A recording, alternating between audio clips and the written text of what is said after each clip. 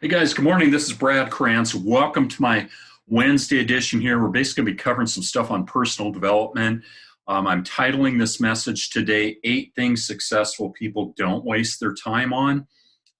We look at a lot of times what successful people should do, what they should be proactive on, and what actions they should take, goals, all that, what they should do, but we don't talk a lot about what we shouldn't do. So today's kind of things, if you want to be successful, you want to avoid these topics. And I'm going to do a quick screen share here. This is the outline for what I'm covering today. 8 things successful people don't waste their time on. Hey, 1, they don't get sucked into or waste time on social media. We're going to talk about that. And 2, they don't go through their day without a plan. And 3, they don't do emotionally draining activities. 4, they don't worry about things they can't control. 5, they don't hang out with negative people. And 6, they don't dwell on past mistakes. I'm going to share a book resource on this. And then 7, they don't compare themselves to others. And 8, they don't put themselves last. You can see the watermark on this. Don't do these things. This will help you a long ways toward being successful by avoiding things that can, again, just suck your mental and spiritual, emotional energy, and they're not productive. So let's start. So 8 things successful people don't waste their time on. It's important to analyze, if you're going to be successful, how you spend your days, hour by hour possible, and regularly look for ways to work smarter and ways to eliminate time wasters. So to get started, here are 8 things that productive, successful people don't waste their time on, and you shouldn't either. First one here, I'm going to talk about this in a little depth. Productive people or successful people don't get sucked in to social media. Okay, being on social media, checking, your notifications on Facebook, scrolling through pictures on Instagram, reading updates on Twitter, whatever. It's kind of part of our everyday life. But if you don't control how much time you spend on it, the hours are going to fly by and you won't have accomplished anything on your to-do list, provided you have a to-do list. Okay, so either you want to put a time limit on it or set an alarm for you when you need to minimize it, close the app, or do something else. Only get on after completing necessary work projects. And the big reminder here would be to use social media as a reward. Unless, like myself, we use social media platforms. I use Facebook, I use LinkedIn, I use YouTube.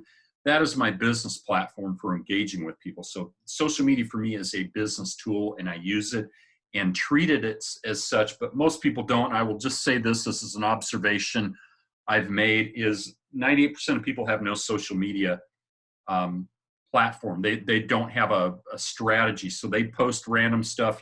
I'd say avoid getting into politics and religion. I don't think Facebook, number one, is a very good place to discuss those, because you're going to get people that agree with you or those that don't, and it just ends up being a dogfight.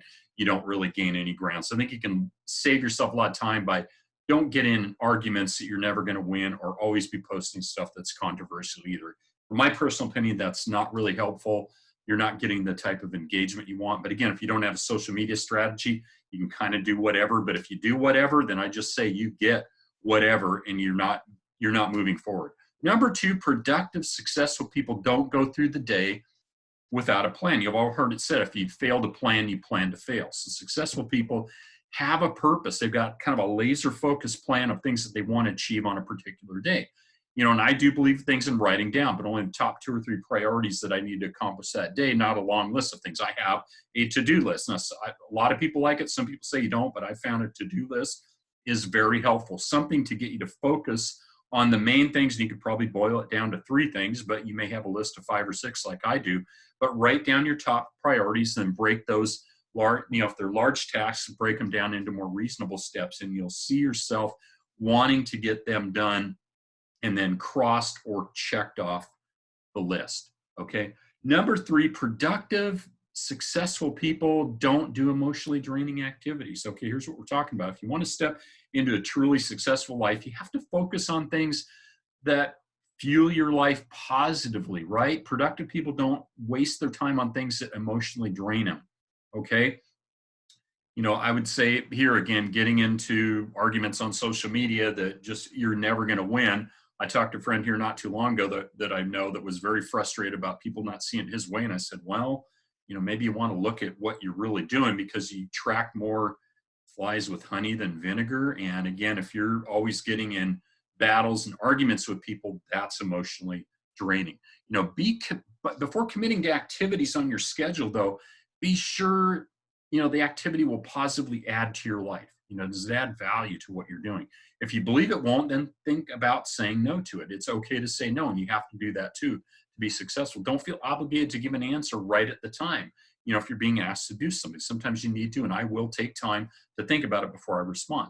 Think before you say yes and no. It's okay to say no for requests for your time. In fact, this is one thing that Warren Buffett, in his list of, I think it was 8 things to be successful, is learn to say no. And I've had to learn to say no quite a bit. I have to focus on what's important and not be ruled by the tyranny of the urgent. The urgent, something pops up that somebody needs right away. But if it's not important, it's not important to my goals, then I can't let that overrule my important by focusing on the tyranny of the urgent. And that's a good way you can quit getting involved in emotionally drained activities. And that's one thing I've done for myself. Number 4, productive, successful people don't worry about things they can't control. And I'm going to take some time here to talk real quickly about, we're in this COVID-19 situation. Some states are better, worse than others. Some countries, a lot of the foreign countries, especially countries in Africa and that, are really closed down. But I will just say, probably here mostly to my American audience, how many people are wrapped up in COVID every day? They're watching news 6 to 8 hours a day, and they're just getting sucked up into this, getting into the emotional drama. And again, news drives and fuels by negativity. Good news doesn't sell, bad news does, but you're worrying about something that you can't really change, can't you? So successful people realize that worrying gets you absolutely nowhere in life. And Jesus in the scripture talked about not worrying. What do you gain by worrying? Especially if you can't do anything about a situation. Again, COVID-19, we've just got to live with it. It's a reality. We have to deal with it. But don't get sucked into the meta where it's draining you every day because you're just dwelling on it. I would say turn off the news, number 1. It'll really help you. So turn your thoughts to action-based activities. Okay, focus on things you can get done. You're not going to save the world by trying to figure out how to get through COVID-19. 5, productive, successful people don't hang out with negative people. Now, I like this one here. And it said that you are the average of the 5 people you spend the most time with. So if you want to be your best, you've got to surround yourself with the best people. You want to be sure to eliminate negative, toxic energy around you. Again, that's emotionally draining. If you want to soar in life, you've got to unload what is weighing you down. And I've heard it humorously said before too, if your top 5 friends are negative, guess what? You're going to be number 6. So watch who you associate with. We can talk about this on its own, but the power of association, you become who you associate with. And if you associate with negative people, you're going to by and large be negative. And I'm going to say this again, stop watching the news. People, the news is probably the biggest negative producing thing out there. All the major networks, I'm not going to name them, but stop it or cut it down, eliminate it as much as possible, because it's just feeding negativity.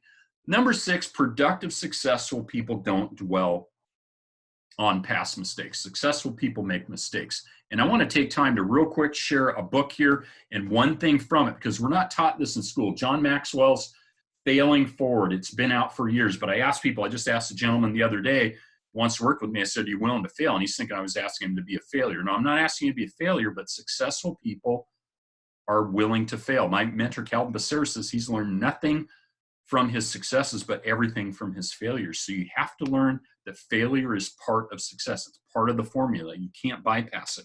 The one thing he says in here, just kind of a tickler, is the difference between average people and achieving people is their perception of and response to failure. Successful people don't let failure drag them down, and failure is not final. Again, successful people, you're going to make mistakes. Okay, it's guaranteed. Everyone makes mistakes, right? Nobody's immune from that. The key to being successful in life is not making the same mistakes twice, learning and growing from mistakes, and mentorship will help you here and become a better person because of them. Again, if you can learn from the experiences of others, you can quit going through, some of the mistakes that you might make if you did it on your own. Now, productive, successful people don't focus on what other people are doing. Now, this is something I found myself, comparing yourself to other people that are more successful, especially in my industry, my business, is I have to realize, hey, I'm at my own speed. I'm doing what I need to do, but I can't compare myself to Calvin Becerra, or some other people that have reached levels of success where I'm not there yet. You know, it's great to be inspired by what other successful people are doing. But when you're constantly comparing yourself to the next person and it's bringing you down, and I found myself in this trap on its own, I had to stop this, still working on it too, by the way, to be real, to be authentic. You know, it's time to shift your mindset. You want to be inspired by others, but focus your mindset to compete with the most important person, yourself. So you said really, you should be only competing with yourself every day. Everybody else can inspire you, but you're competing against and to be your best every day. So that's kind of a word to the wise, but something that I'm still working on is to not be looking at what everybody else is doing, comparing myself, because if you do, you're going to either think you're way better than everybody else or you're a slug and nothing's happening. So don't do that. So last, productive, successful people don't put themselves last in priority. You got to invest in yourself. You're going to hear this said a lot because it's true. You know, we all go through times when we don't get enough sleep, okay, or exercise because we need to work on a big project and we've got long job hours, we're focused on our business, whatever. But for long-term success and happiness, you've got to put yourself first on the priority list. In fact, I'm going to talk about this because this is a personal thing for me. When I left my job, my last job in February of 2019, because of issues I had with stage 4 prostate cancer, I realized I needed to take care of myself. I needed to stop worrying about, you know, being, you know, the best employee, the best salesperson, just going after my job duties day in and day out. I needed to say, stop. I need to take care of Brad. I need to get healthy. I need to spend more time working out. I need to focus on eating right. And I need to eliminate the stress in my life. And in fact, it was one of the best decisions I've ever made. It was tough to do, but it was necessary for me. So some great ways to do this. Again, some other recommendations is, you know, kickstart your day by doing something you love to do. Okay. Maybe it's completing a great workout. If you like to work out in the morning, meditating, journaling, or reading your favorite book. I start with reading the Bible and prayer. But do what works for you. Okay. Because when you start your day off doing something that you love and that's good for you, you'll feel happy, you'll be focused and strong the rest of your day. So are there things on this list that have been time wasters for you? And probably there are. I found myself, yeah, you know, eliminate them so you can step into your best life. So thanks so much for joining me today, guys. I appreciate it. If you got value out of this message, please hit the subscribe button. And you're also welcome to connect with me on social media. Have an awesome Wednesday, okay? Bye-bye.